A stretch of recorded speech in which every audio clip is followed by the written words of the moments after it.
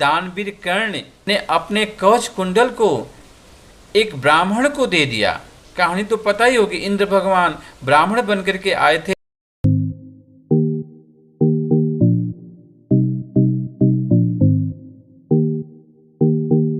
दसवीं Hindi course B के छात्र छात्राओं, मां शारदे के चरणों में आचार्य देवेंद्र कुमार पांडे का दिल की गहराइयों से नमन है। आज मैं आप सबके समक्ष मनुष्यता नामक कविता के 4 पदों की व्याख्या की वीडियो आप सबके समक्ष प्रस्तुत करने जा रहा हूं। पहला पद है, विचार लो कि मृत्यु हो न मृत्यु से डरो कभी, मरो परंतु यो मरो की याद जो करे सभी। कोई न सुमृत्यु तो वृथा मरे वृथा जिए, मरा न वही कि जो जिया न आपके लिए। वही पशु प्रवृत्त है कि आप ही चरे, वही मनुष्य है कि जो मनुष्य के लिए मरे। यहाँ पर मृत्यु का मतलब जानते ही है, मर जाना। अच्छा, दूसरा है सुमृत्यु का मतलब अच्छी मृत्यु, वृथा का मतलब बेकार।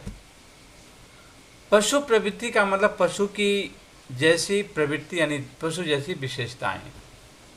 अब इसकी व्याख्या इस प्रकार है कि मनुष्यता नामक कविता में कवि का कहना है कि भली भांति विचार लो कि यह दुनिया मरणशील है, अतः मृत्यु से मत डरो।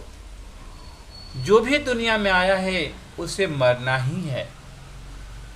मरना ही है तो ऐसे सुकर्म करके मरो कि मरने के बाद भी दुनिया आपको याद करे। यदि जरूरतमंदों की जरूरत पूरी करते हुए, असहायों की सहायता करते हुए, परोपकार की भावना को निभाते हुए सुमृत्यु होती है तो आपकी मृत्यु सार्थक है।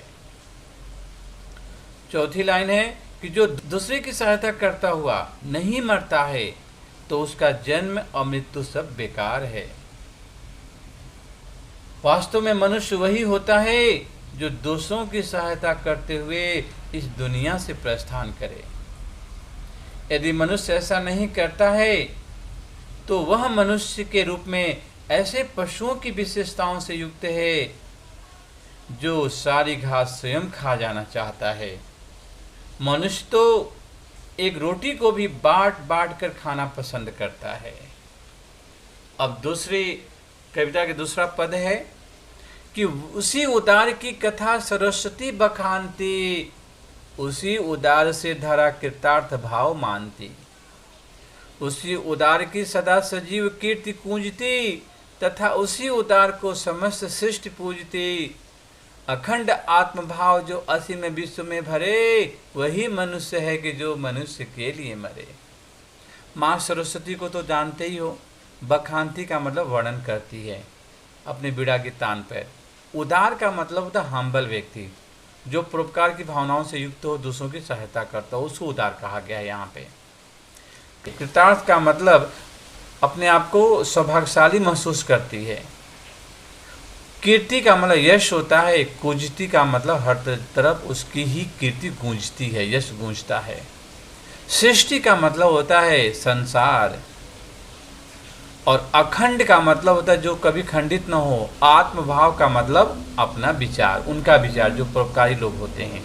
अब इसकी व्याख्या देखिए कि दूसरों की सहायता करते हुए इस दुनिया से जाने वाले उदार व्यक्ति की कथा का बखान माँ सरस्वती अपनी बीड़ा की तान पर जग को सुनाती हैं।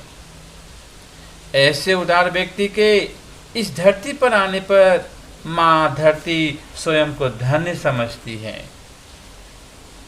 ऐसे उदार व्यक्ति की कीर्ति, यश पूरी दुनिया में गूंजती रहती है।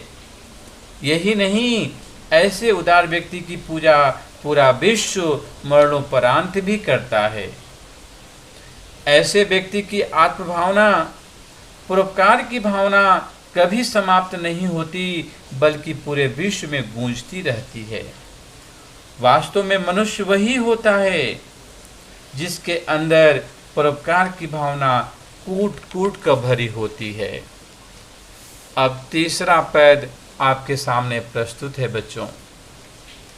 क्षुधार्त रंति देव ने दिया करस्थ थाल भी, तथा दधीच ने दिया परार्थ अष्ट जाल भी। उसी नर क्षितिश ने अपने सोमांस दान भी किया, सहर्ष वीर कर्ण ने शरीर चर्म भी दिया।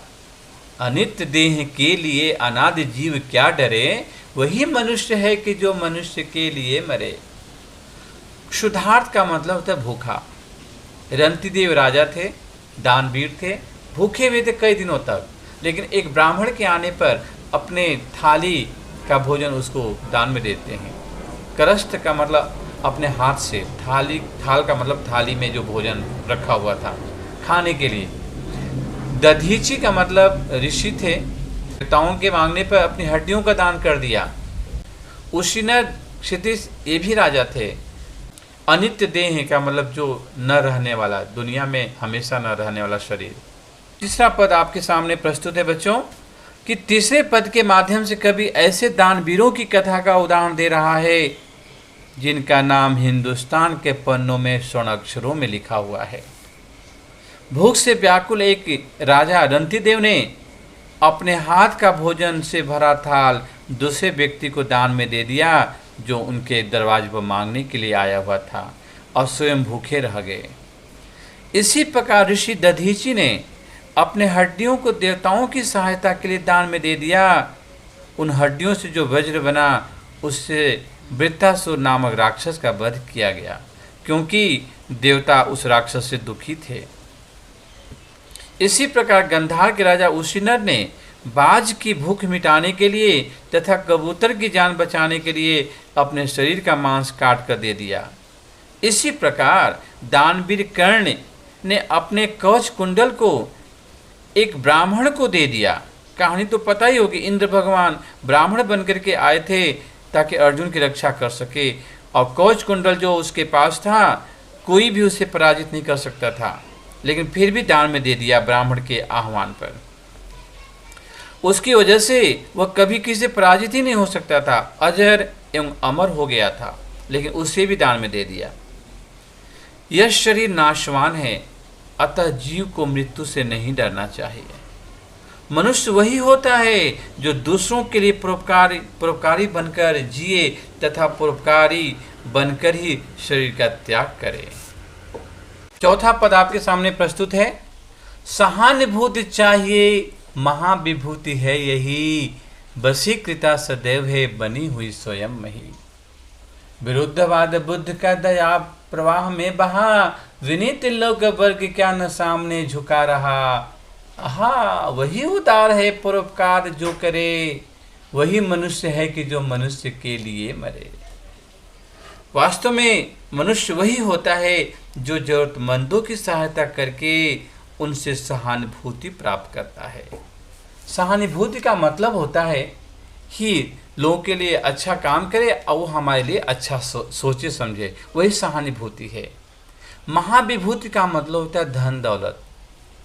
वशीकृता का मतलब होता है वश में करना। मही का मतलब पृथ्वी। विरुद्धवाद का मतलब विरोध, जो महात्मा गौतम के लोग विरोध में हो गए थे, लेकिन उन्होंने ऐसा विनम्रता दिखाई, ऐसी विनम्रता दिखाई कि लोग उनके साथ हो गए। अब सुनिए इसकी जो व्याख्या होगी कि वास्तव में मनुष्य वही होता है जो जरूरतमंदों की सहायता करके उनसे सहानुभूति प्राप्त करता है। धन दौलत वही होता है या उसकी पूंजी होती है। ऐसे परोपकारी व्यक्ति के बस में माँ धरती सदैव रहती है। यहाँ महात्मा गौतम बुद्ध का भी जिन लोगों ने विरोध किया उनके लिए भी बुद्ध जी ने दया की भावना प्रवाहित की। सारा विश्व ऐसे परोपकारी व्यक्ति के सामने आदर के साथ मस्तक झुकाता है। वास्तव में उदार अर्थात विनम्र अर्थात हम्बल व्यक्ति वही होता है जो परोपकारी होता है, अर्थात दूसरों की भलाई की बात सोचता है, दूसरों की सहायता करता है। वास्तव में मनुष्य वही है जो मनुष्य की सहायता करता हुआ शरीर का त्याग करे। यदि ऐसा नहीं करता है तो मनुष्य के रूप में पशु की विशेषताओं से युक्त है। छात्र छात्राओं, कवि का नाम कमेंट के माध्यम से अवश्य हमें बताएंगे। अगली वीडियो में 4 कविताओं को लेकर फिर व्याख्या की प्रस्तुतिकरण होगी। तब तक के लिए धन्यवाद।